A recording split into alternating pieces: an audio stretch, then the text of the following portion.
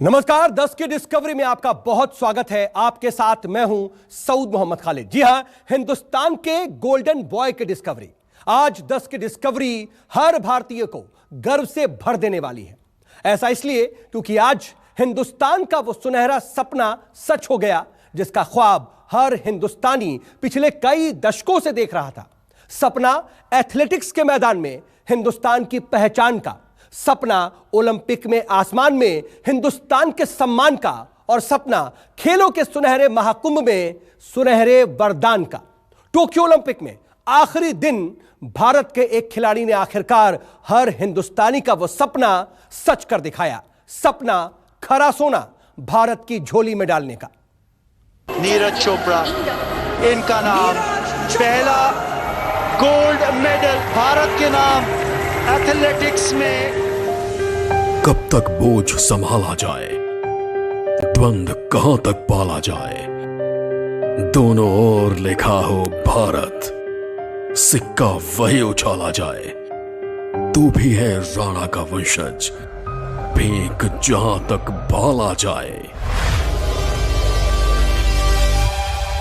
और समूचे हिंदुस्तान के इस आह्वान पर एक अनजाने राजकुमार का भाला जब हवा में लहराया तो उसके आरंभ से अंत की दूरी के बीच पट गई हजारों कोशिशों की कसक, सैकड़ों चोक की हुक और 121 सालों का इंतजार।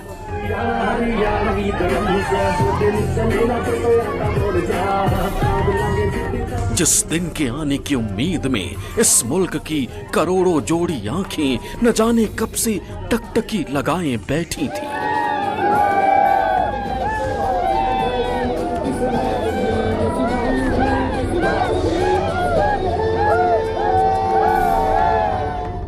साठ सालों से मिल्खा को इस दिन का इंतजार था।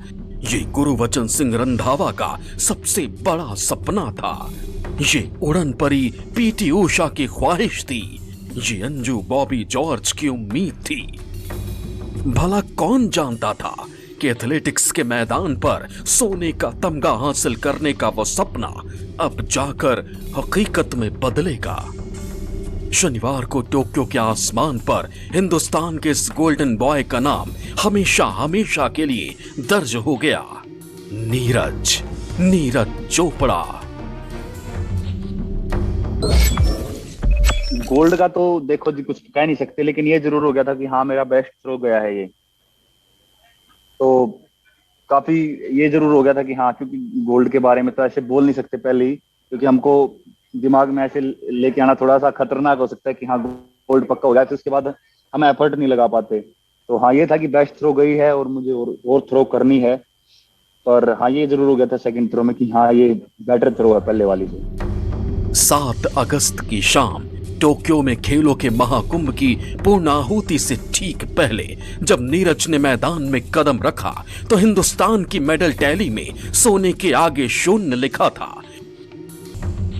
दुनिया के 12 खिलाड़ियों के बीच सर्वश्रेष्ठ होने का संघर्ष था, मगर हिंदुस्तान के इस लाल ने अपने पहले ही राउंड में यह साबित कर दिया कि आज उन्हें पकड़ना किसी और के बूते की बात नहीं।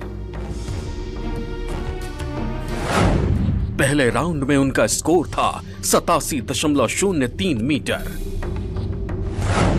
अगले राउंड में नीरज ने इससे थोड़ा और बेहतर किया। इस बार उनके जेवलिन थ्रो की दूरी थी 87.58 मीटर।